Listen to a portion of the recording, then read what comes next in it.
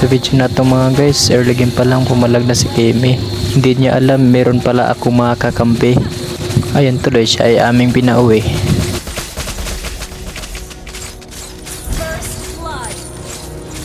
Pagkatapos ng ilang minutong laro namin guys, kami ay luging-lugi. Tingnan nyo, nagmayabang na naman si Kimi dahil legendary na ang kanyang kakampi. Akala ko dito guys, masya-shutdown ko na yung kanyang kakampi, pero ako pala ang kanilang pinauwi. Pero hindi ako papayag, kaya ngayon ako ay pumalag. Ayan tuloy, para na silang walang ambag. Baka dyan full place yan. So dito yung laro ay tapos na sana. Kaso ako lang ata ang mag-isa kasi ang kasama ko ay umuwi na. Ayan tuloy, ako ay nawala sa mapa.